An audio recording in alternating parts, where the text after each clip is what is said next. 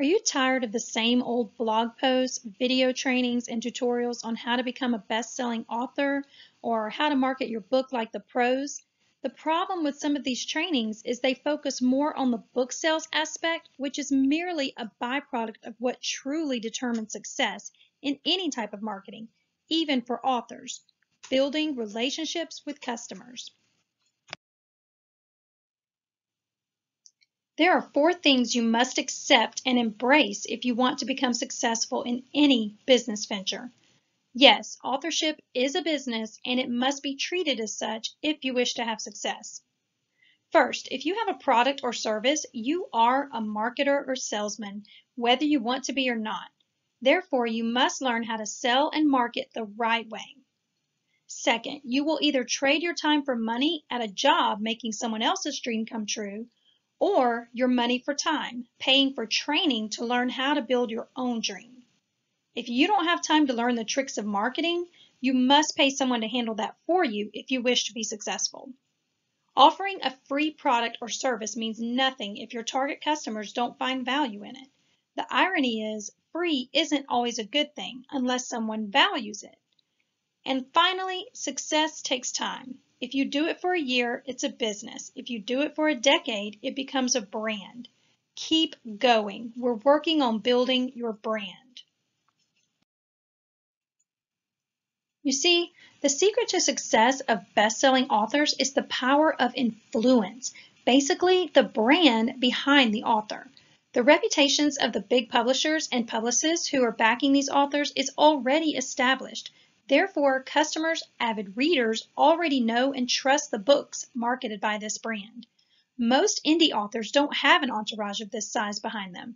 Thus, they must learn to market themselves. Enter the warm market, friends and family. This is where the problem begins. Authors are taught that they need lots of reviews to be able to sell lots of books, so they beg, threaten, or bribe their friends and family into reading something they wrote as a favor. Friends don't want to damage the relationship, so they read it. Sometimes they love it and review it right away. Rare, but it happens. But sometimes they don't love it and are nervous to review it. Again, they don't want to damage the relationship. So, authors end up with a slew of biased reviews that other readers in Amazon deem fake, rather than from their true readers, the ones who would rush out and buy the books even if they didn't know the author personally. Those actions are based on the author's merit. Let's face it, how many avid readers do know their favorite authors personally? If they did, they might not even take a chance on their books. The second possible scenario is even worse. The relationship is changed forever because the friend or family's perception of the author has changed. It's not always easy to unsee something unpleasant. Does any of this sound familiar? If so, stay with me because I'll reveal why this doesn't work and what does work. So, the warm market finally fizzles out and authors are either left dealing with deleted reviews that were deemed fake, or they have run out of people to talk to about their books and they are stuck. What do they do now? There has to be someone in the world who would love their books and offer honest feedback on them. Enter social media, the cold market.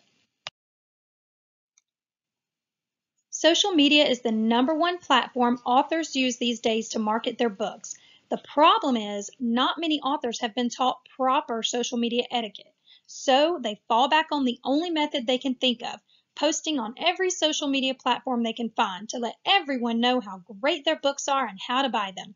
All the while, of course, spamming friends and family again. Then they take it a step further, asking these people who've never read or heard a thing about these books to not only buy them, but to post a review online for them, to help the author out, of course. Isn't that what all authors do? What could be the harm in that, right? Now, not only have you turned off your friends and family by approaching them personally in the beginning, then spamming them in their inboxes and social media pages, thinking that would make a difference because you're more professional now, you're doing this to complete strangers as well. Your timeline looks like an infomercial.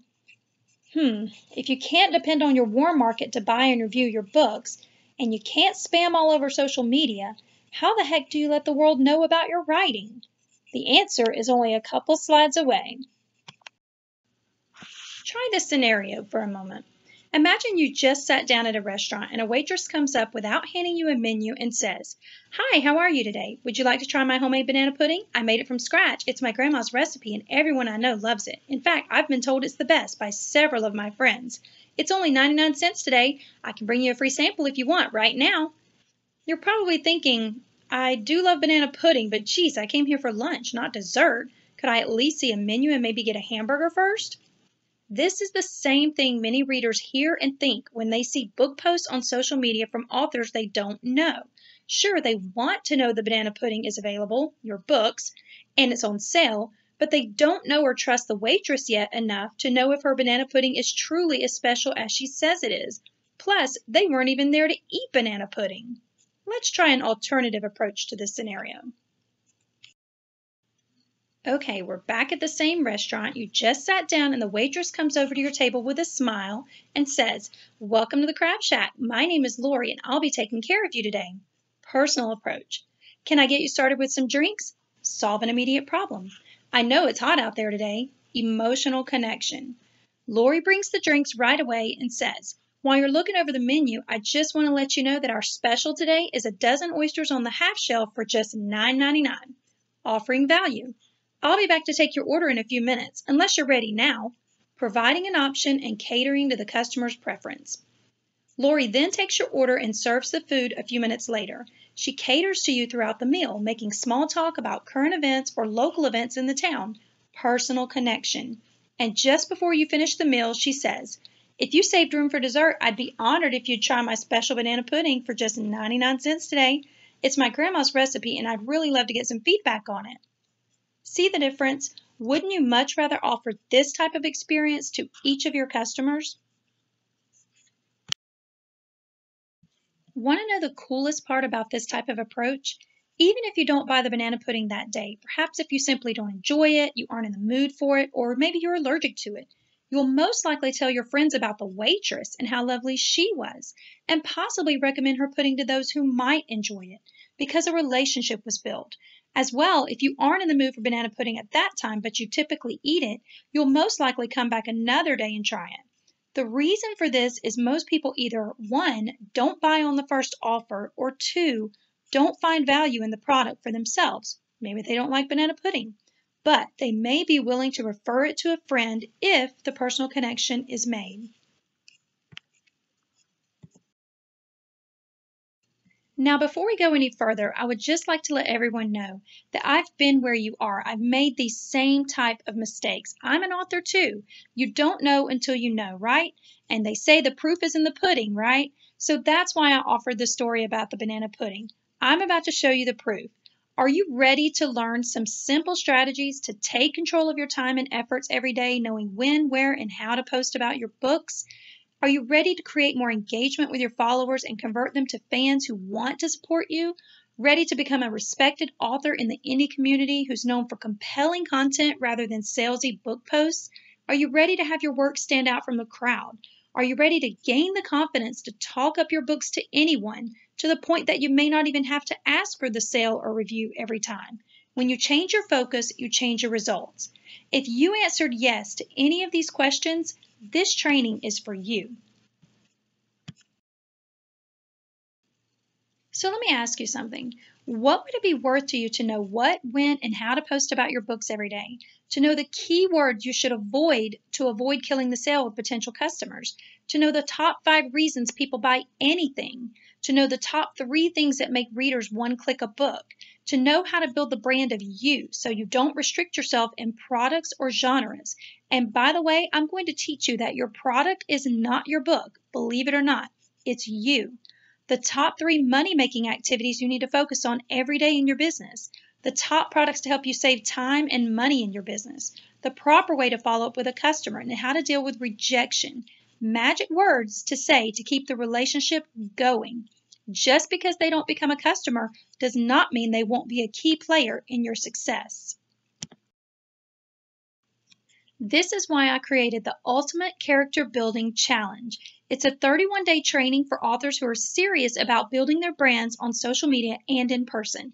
And yes, it's a play on words. For character building, you build characters for a living, but we're going to work on building character in you so that you are rock solid in your marketing efforts for your books. You're going to be given a different challenge for your business each day for 31 days in January. The 3 themes we're going to focus on are create, engage, and follow. And follow will include follow up and follow through with customers. This challenge is going to be split into 3 different stages. Stage 1 is the creation stage, days 1 through 10. You're going to learn how to create compelling content for your social media sites. You're going to create tools to have it ready for media events. You're going to create cool extras to use to market your books. You're going to learn how to create killer blurbs, hooks, bios, and social media profiles. You're going to learn how to create powerful affirmations in your business to use to prime your mind for success every day, and much more. And you're going to learn how to create your freebie that's going to help you build a following. It's called your lead magnet. You're going to use all these tools to build a brand of integrity and influence on social media. In stage 2, the share stage, days 11 through 20, you're going to learn how to share book reviews to build your reputation as an author and a reviewer. You're going to learn how to share promo materials for your books the right way, how to share guest blog posts to build your following and connect with influential bloggers. You're going to learn how to share curiosity posts to create conversation on social media around your brand. You're going to learn how to share the love by promoting other authors' works to create more buzz for your brand. I'm going to show you how to do that. And finally, you're going to share your story, your life story, to build a true following. No more worrying about offending anyone or posting too often or the wrong things. People will be happy to see this content you share. And in the final stage, days 21 through 31, you're going to learn all about follow. This is a step that many authors miss, the follow up and the follow through. We're going to learn how to follow the right people on social media to build your following, how to follow the knowledge and connect with influential bloggers and people online to gain more content for your blog, how to follow up with customers to encourage future sales, how to follow up with your current blog subscribers to strengthen your relationship and build future sales. Not only will you learn how to follow up with readers, you're also going to learn how to follow through with certain activities to keep the momentum going in your business. I'm also going to share with you the 4 R's in marketing: respect, recommend, remind, and return. When you have these 4 elements in place with every transaction and every activity you do in your business, you will create lasting success. So, are you ready to learn a better way to create compelling content for your followers, find and engage with new target readers, promote your books on social media the right way, contribute to the indie industry, and create your own loyal entourage and build your brand?